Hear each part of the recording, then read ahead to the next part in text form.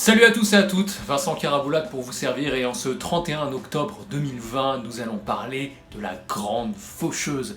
Et surtout, pourquoi, quoi qu'on fasse pour la combattre, quoi qu'on fasse pour repousser les échéances, vivre le plus vieux possible et en bonne santé, en dernière instance, il faut l'accepter. C'est parti. Je sais pas pour vous, mais pour la petite anecdote, j'ai compris, ressenti dans ma chair que j'allais mourir 2 jours après les attentats du 13 novembre 2015. Le 13 novembre, ce vendredi 13, c'était mon anniversaire. J'étais parti dans l'Est parisien pour faire la fête, donc quelle ne fut pas ma surprise en sortant du métro et en apprenant que c'était en train de canarder à côté. J'avais voulu faire mon fier, j'avais passé un week-end à me dire « Allez, on s'y attendait, on s'y était préparé, il y avait déjà eu les attentats de Charlie Hebdo en 2015, donc sois fier, sois fort, en plus maintenant tu dis que t'es coach de vie, donc il faut que t'assumes. » N'empêche que j'avais somatisé à mort, mon ventre avait doublé ou triplé de volume, allons-y, et j'étais tellement crevé que le dimanche soir, à 21h, je m'étais couché et j'étais convaincu qu'après un week-end aussi éprouvant, j'allais bien dormir, me faire une bonne nuit. Grosse erreur, puisque 1 heure après environ, je m'étais réveillé avec une douleur de plus en plus aiguë dans les tripes. Je n'avais jamais ressenti ça. Et j'ai dû reconnaître que j'avais, pour la première fois de ma vie, une angoisse de mort. La sensation immédiate qu'on va mourir.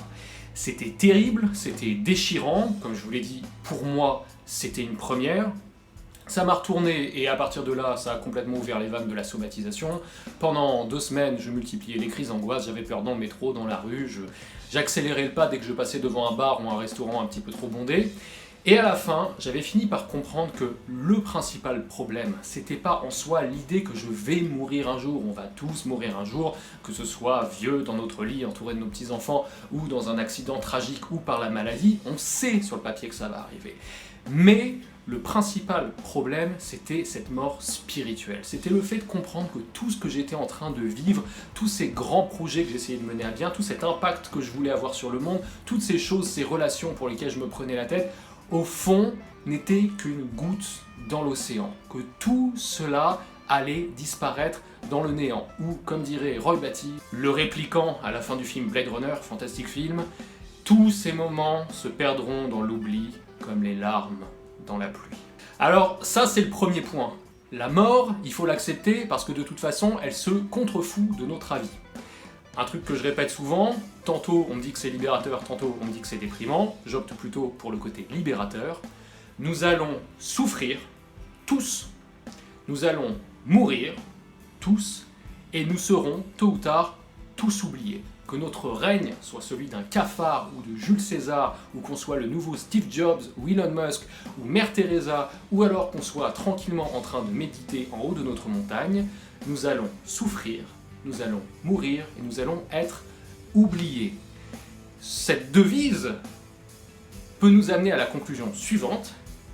Relax, détendons-nous du string, amusons-nous, respirons, ne nous prenons pas trop au sérieux parce que quoi qu'on ait envie d'accomplir, qu'on soit complètement mégalomane ou qu'on ait envie d'être le plus discret possible sur cette terre, dans tous les cas, nous ne sommes que de passage.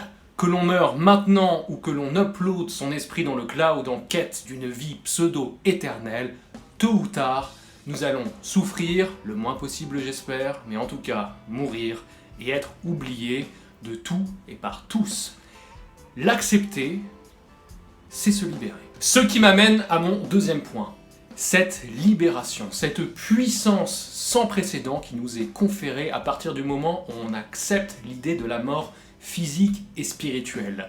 Imaginons que dans les pires moments de notre vie, que ce soit d'un mec angoissant qui pue à côté de nous dans le métro, ou d'un examen particulièrement stressant, ou de la maladie d'un proche, imaginons que dans ces moments-là, on soit capable de se dire « au pire, je meurs ». La pire issue possible à cette situation, c'est que je vais mourir et être oublié. Tiens, ça tombe bien, c'est ce qui se produira de toute manière. Et j'insiste sur les proches, parce que même si ça nous déchire le cœur, ce sera le cas pour nous comme pour nos proches. Donc, on leur fout la paix, on les laisse faire leurs conneries, on intervient quand on peut les aider, mais on se rappelle que eux aussi, au final, ils mourront et ils seront oubliés. Et ça permet d'assainir les rapports. Et ça permet d'assainir le quotidien. Imaginons qu'on puisse se dire à chaque fois « au pire je meurs », qu'on puisse se mettre dans la peau de celui ou celle qui n'a rien à perdre. C'est libérateur. Ils disent que la vérité vous rendra libre, et la vérité, c'est celle-là. Et le troisième point, c'est que maintenant qu'on a accepté tout ça et qu'on se sent libéré, délivré, non, je ne chanterai pas la suite, on va pouvoir se focaliser sur les choses qui comptent vraiment. Remettre en place toutes les priorités. Je sais que tout le monde parmi vous en a fait l'expérience au moins une fois, un événement majeur, une tragédie, une maladie, un accident qui se produit et soudain tout est remis en perspective et on se demande bien pourquoi on était en train de tellement se prendre la tête pour des conneries avant. Donc maintenant qu'on a ce pouvoir, cette puissance, on peut décider de l'impact qu'on va avoir sur le monde.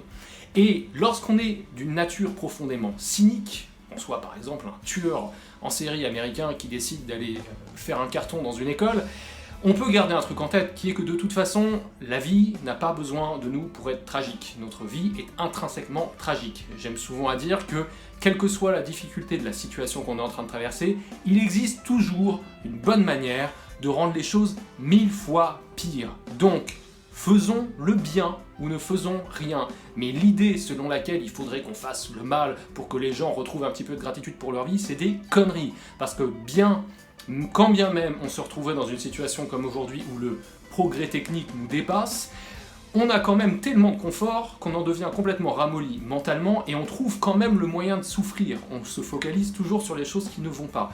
Donc, acceptons de faire le bien ou à minima de faire le moins de mal possible. Focalisons-nous sur nos priorités et lançons-nous pour accomplir ces choses qui ont du sens. Oui, nous ne sommes que de passage, mais quitte à être là, amusons-nous, rendons la vie d'un maximum de monde meilleure. Je sais, ça fait hippie, mais vous avez compris la logique. Voilà, c'était mon sermon du samedi 31 octobre 2020. Aimez-vous les uns les autres, prenez soin de vous, prenez soin de vos proches, surtout en cette période compliquée, quoi qu'on en pense. N'oublions pas que toutes les bonnes choses ont une fin, soit, mais la rareté fait la valeur. J'espère que cette vidéo vous aura été utile, partagez-la avec des proches qui pourront en avoir besoin. Retrouvez-moi sur Facebook, Twitter, Instagram, LinkedIn, posez-moi vos questions, partagez, commentez, faites vivre la communauté. Abonnez-vous à cette chaîne si vous êtes sur YouTube, et une fois de plus, prenez soin de vous.